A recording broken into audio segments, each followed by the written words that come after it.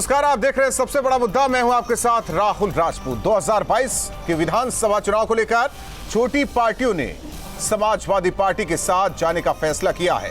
इनमें कुछ पार्टियों के नाम सामने आ चुके हैं। आरएलडी के जयंत चौधरी की तस्वीर अखिलेश के साथ मिलने की खूब वायरल हुई, तो कमेरा गुट अपना दल ने सीट बंटवारे पर बातचीत का दावा किया। वहीं आम आदमी पार्टी के संजय सिंह अखिलेश की पार्टी को रणनीतिक साझेदार बताते हुए जल्द सीट को लेकर ऐलान की बात वो कर रहे हैं, जबकि अखिलेश के चाचा शिवपाल को एसपी से नियुक्ति का इंतजार है। कुल मिलाकर प्रदेश का चुनाव बीजेपी वर्सेस ऑल नजर आ रहा है। ऐसे में सवाल उठता है, क्या गठबंधन का प्रयोग दिलाएगा सत्ता का सहयोग? क्या महागठबंधन में शामिल सभी पार्टियों का दुश्मन एक ही है? 22 से पहले होने वाले इस गठबंधन को दोस्ती कहा जाए या मौका परस्ती? इन्हीं सवालों का जवाब तलाशने की कोशिश अपने पैनलिस्ट से करेंगे, लेकिन उससे पहले एक रिपोर्ट। 22 का चुनावी रण बीजेपी वर्सेस ऑल का नजर आ रहा है। यूपी में सभी छोटी पार्टियां एसपी के साथ गोलबंद होती नजर आ रही हैं। अपना दल कृष्णा गुट के अध्यक्ष कृष्णा पटेल ने अखिलेश यादव से मुलाकात की। जल्दी हम लोग संयुक्त मंच पे साझा करके मीटिंग करने जा रहे हैं। रैली करेंगे, संयुक्त रैली, जैसे ओम प्रकाश राजभर जी के साथ हुई थी। संयुक्त रैलियां हम लोग की बहुत जल्दी अभी बनने जा रही है, 1-2 दिन में ही हम लोग को बता दिया जाएगा। यूपी में सभी छोटे दल एसपी को अपना रणनीतिक साझेदार बता रहे हैं। इसमें एक दल का और नाम शामिल हो गया, आम आदमी पार्टी। रणनीतिक चर्चा हुई, एक राजनीतिक चर्चा हुई इस मुद्दे पर कि भारतीय जनता पार्टी के कुशासन को कैसे हम लोग मिलकर हटा सकते हैं और हरा सकते हैं। चुनाव में बहुत ज़्यादा टाइम नहीं है, अब अगर शुरुआत करेंगे तो एंड कब करेंगे? जल्दी होगा कोई निर्णय, बताएंगे आपको।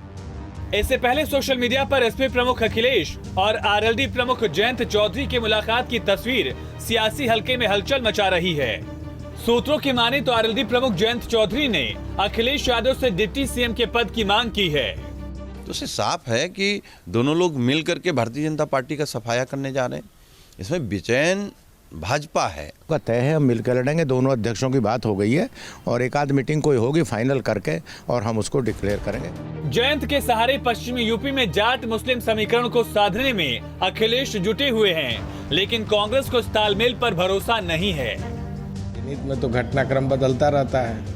हो रहे हैं मुलाकात, कल और किसी से हो जाएगी। 2014, 2017, 2019 में जाट वोट बैंक बीजेपी के साथ था, लेकिन अब आरएलडी के साथ लौटता हुआ दिख रहा है। तो ऐसे में बीजेपी को इस गठबंधन की काट के लिए कोई नई रणनीति बनानी पड़ेगी, जो कि आसान कतई नहीं है।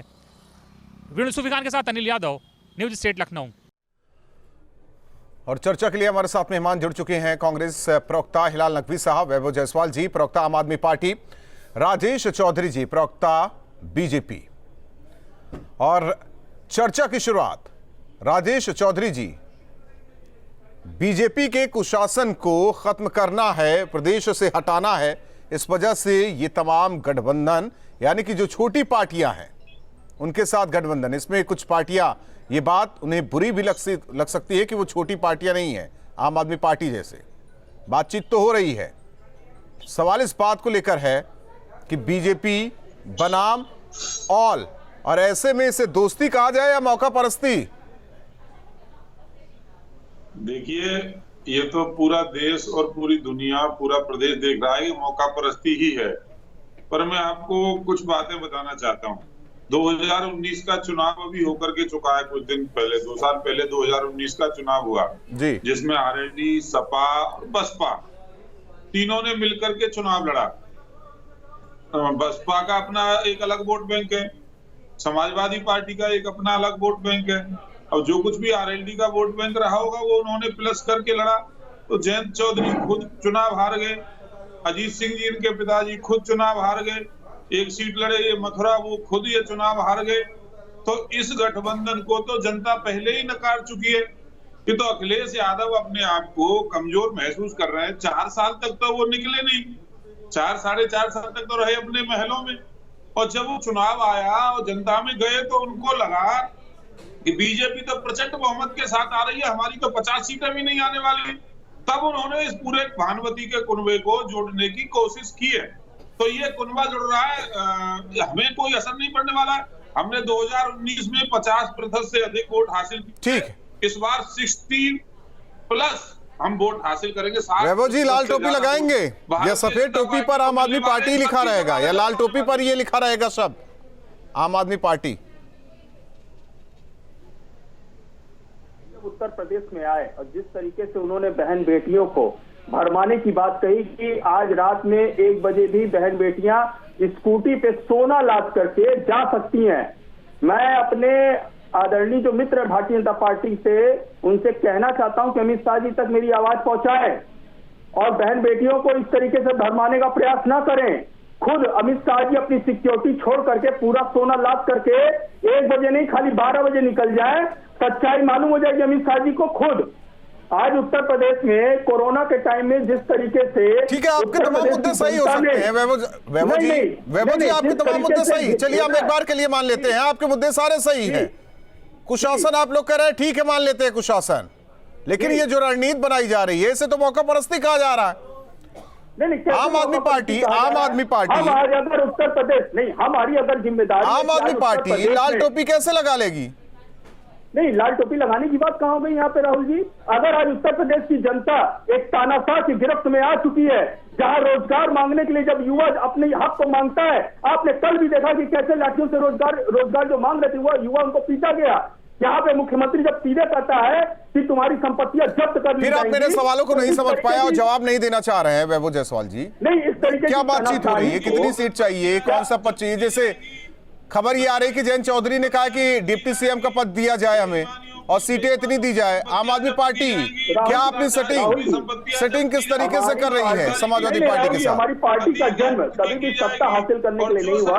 अरविंद केजरीवाल जी ने हमेशा कहा है कि हम सत्ता परिवर्तन नहीं, व्यवस्था परिवर्तन करने आए हैं।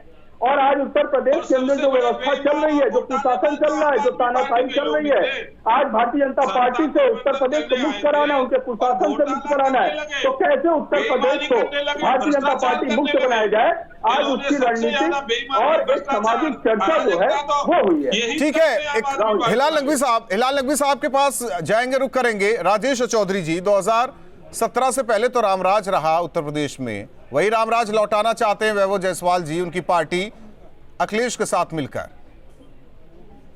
देखिए, सब सत्ता की मलाई चाटना चाहते हैं, इनको केवल सत्ता की मलाई चाटनी है। दिल्ली का क्या हक कर दिया है आप देखिए ना, बर्बाद कर दिया देश की राजधानी को।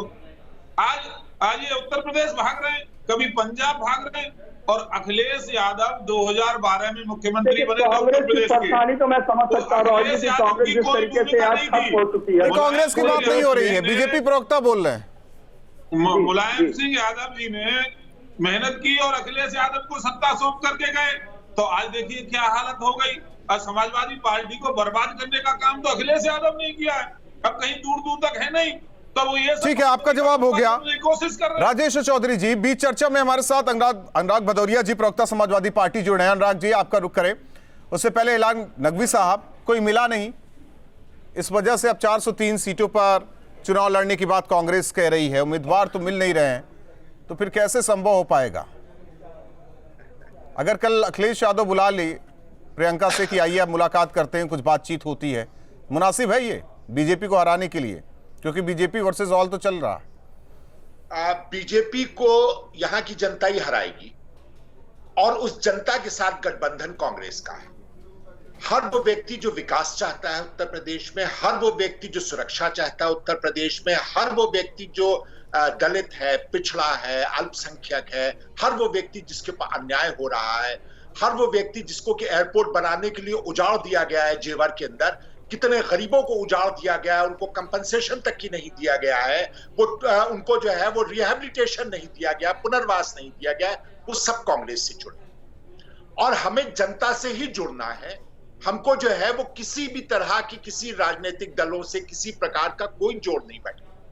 और कांग्रेस इस बात के लिए पूछे नहीं जा रहे हैं, इसलिए ये कह रहे हैं कि आज हम उनके साथ जुड़े, क्योंकि 2019 में देख लिया कोई फायदा हुआ नहीं, अगर और पूछा भी नहीं जा रहा है कांग्रेस को। अटल बिहारी वाजपेयी जी भी हार गए थे, उनको भी कोई फायदा नहीं हुआ। इतिहास में जाएंगे तो लाल कृष्ण अडवाणी जी भी हार गए थे, उनको भी कोई फायदा नहीं हुआ। इतिहास में जाएंगे तो भारतीय जनता पार्टी कुल दो सांसदों की पार्टी थी, तो इस तरह की बातें जो है वो एक एंकर पे नहीं अच्छी लगती है।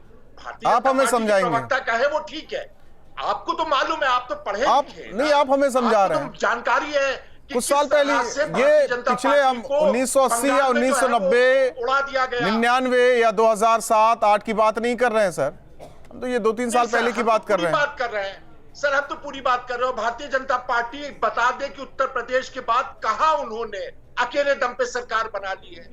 उत्तर प्रदेश जीतने के बाद एक राज्य बता दे जहां पर वो अकेले दम पे सरकार बनाए हो। तो बीजेपी के साथ तो पता नहीं कितने लोग जुड़े हुए हैं। वो तो जम्मू कश्मीर जब जाते हैं तो वहां के पीडीपी के साथ भी जुड़ जाती है। तो इस वजह से ये बात तो बिल्कुल सही है, बीजेपी वर्सेस ऑल की बात बिल्कुल सही है। ठीक है, एक तरफ बीजेपी है, तो आप भी हो जाइए, बात कर लीजिए समाजवादी पार्टी से, अगर बात बन जाती है तो सब आ जाइए एक साथ।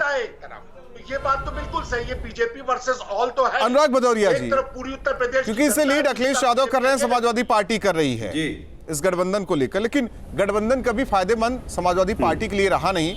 हमें नहीं लगता कि समाजवादी पार्टी को गठबंधन करना चाहिए, इसलिए क्योंकि एक चेहरा मुलायम सिंह यादव होते थे, वो किस तरीके से चुनाव लड़ते थे सब पूरा प्रदेश जानता है। 2012 में अखिलेश यादव ने किस तरीके से मेहनत की, चेहरा मुलायम सिंह यादव का, बहुमत की सरकार बनी। लेकिन जब से गठबंधन वाला फॉर्मूला आया तब से वो दम समाजवादी पार्टी में दिखा नहीं। बीजेपी को हराना है, आप लोग हराइए, लेकिन ये गठबंधन वाला फॉर्मूला क्या कारगर रहेगा? देखिए, सबसे पहले तो एक बात साफ कर हो जाए यहाँ पे कि भारतीय जनता पार्टी अकेले नहीं लड़ रही है, वो भी गठबंधन के साथ है। निषाद पार्टी का पैर पकड़े हुए है, प्रभुराम को उन्होंने अपमानित किया, उसके बाद भी वो बीजेपी उनके पैर पकड़े बैठी है, भाई हमारे साथ बने रहो, भले प्रभुराम का अपमान करते रहो। निषाद पार्टी के साथ तो हैं ही, और अपना दल के साथ भी, अनुप्रिया जी के साथ भी हैं। तो आप बताइए वो अकेले कहाँ है? वो खुद ही गठबंधन में लड़ रहे हैं, लेकिन माहौल ऐसा बना जाता है बीजेपी अकेले लड़ रही है। अकेले लड़ने की उनकी हिम्मत कहाँ है? उत्तर प्रदेश के अंदर में भारतीय जनता पार्टी ने यहाँ पे 5 साल तक जो उत्तर प्रदेश की जनता को दर्द दिया है, तो उत्तर प्रदेश की जनता ने इस बार तय किया है कि जो बीजेपी गठबंधन करते घूम रही इधर उधर डर के मारे, प्रभुराम को अपमानित करने वालों के साथ भी गठबंधन कर रही है, तो इसका जवाब तो जनता 2022 में देगी, क्योंकि इन्होंने तो किसानों को रोंदा है, और किसानों को, जिनके 700 किसानों की मौतें हुई हैं, उनकी आर्थिक मदद समाजवादी पार्टी की सरकार बनेगी तो 25 लाख रुपए उन शहीदों के घर को दिया जाएगा, उनके परिवार की आर्थिक मदद होगी। क्या भारतीय जनता पार्टी सरकार है कि आर्थिक मदद करेगी उनकी?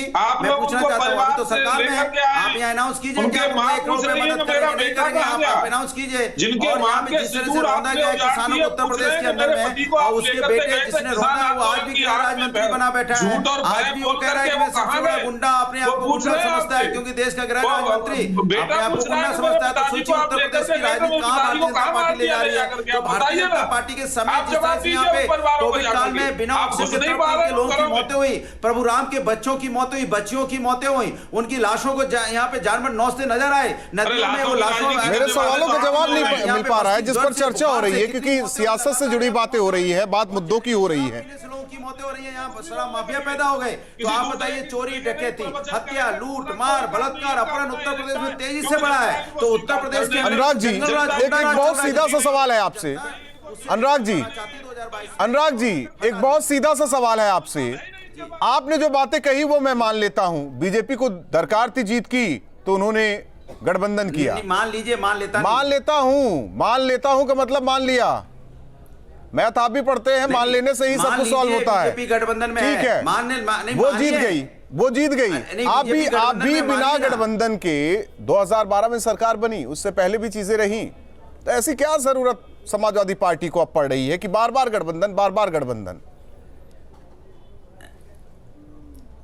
देखिए, समाजवादी लोग समाज के सही वर्गों को साथ लेके चलने में विश्वास रखते हैं, और उत्तर प्रदेश में जो भारतीय जनता पार्टी की सरकार है, ये तो खुद ही गठबंधन में है। जब से सरकार मैं तो उनकी बात मान रहा हूं सर, तो केंद्र में मैं समाजवादी पार्टी की बात कर रहा हूं, मोहल्ले में जो मिलता है आप बीजेपी की बात करने लग रहे हैं। तो जो अब तक इतिहास रहा है समाजवादी पार्टी को लेकर, जो इतिहास रहा है, जो चेहरे पर चुनाव लड़ा जाता रहा, वो चीजें क्यों नहीं दिख रही? आपसे भी आ जाइए, ये बोलिए, कृष्णा गुट से भी आ जाइए, जयंत चौधरी आप आ जाइए, जो मिले वो आ जाए, कांग्रेस आप आ जाइए। चुप हो जाए तो मैं बोलूं, बिल्कुल, आप किसी मैं बोलूं, 20% वोट, मैं बोलूं, अगर आपकी प्रवक्तागिरी खत्म होगी तो मैं बोल लूं। अब भैया मैं बोल लूं तो बताइए, आप एंकर कम बीजेपी प्रवक्ता से अगर आप निजात पाए तो मुझे बोलने का मौका दीजिए, मैं बोल लूं। जनता आप दिमाग में बैठा के आते हैं, अब जो चीजें दिमाग में बैठ जाती है उसे दूर नहीं किया जा सकता, क्योंकि अपने समाजवादी पार्टी की किताब पलटिए, पन्ने पलटिए तो आपको 2012 भी समझ में आएगा। उससे पहले किस तरीके से सरकार मुलायम सिंह यादव ने बनाई वो भी देखिए। बहुत बहुत धन्यवाद आप चारों मेहमानों का हमारे साथ सबसे बड़ा मुद्दा में जुड़ने के लिए। हालांकि सियासत में न कोई दोस्त होता है न दुश्मन होता है, केवल मौका मिलने का एक वक्त ढूंढते हैं नेता कि किस तरीके से साठगांठ की जाए, सत्ता तक पहुंचा जाए। और इसीलिए जिस तरीके से कवायद चल रही है बीजेपी वर्सेस ऑल की, इससे यही कहा जा सकता है कि ये दोस्ती नहीं है, ये मौका परस्ती है। इसी के साथ दीजिए इजाजत।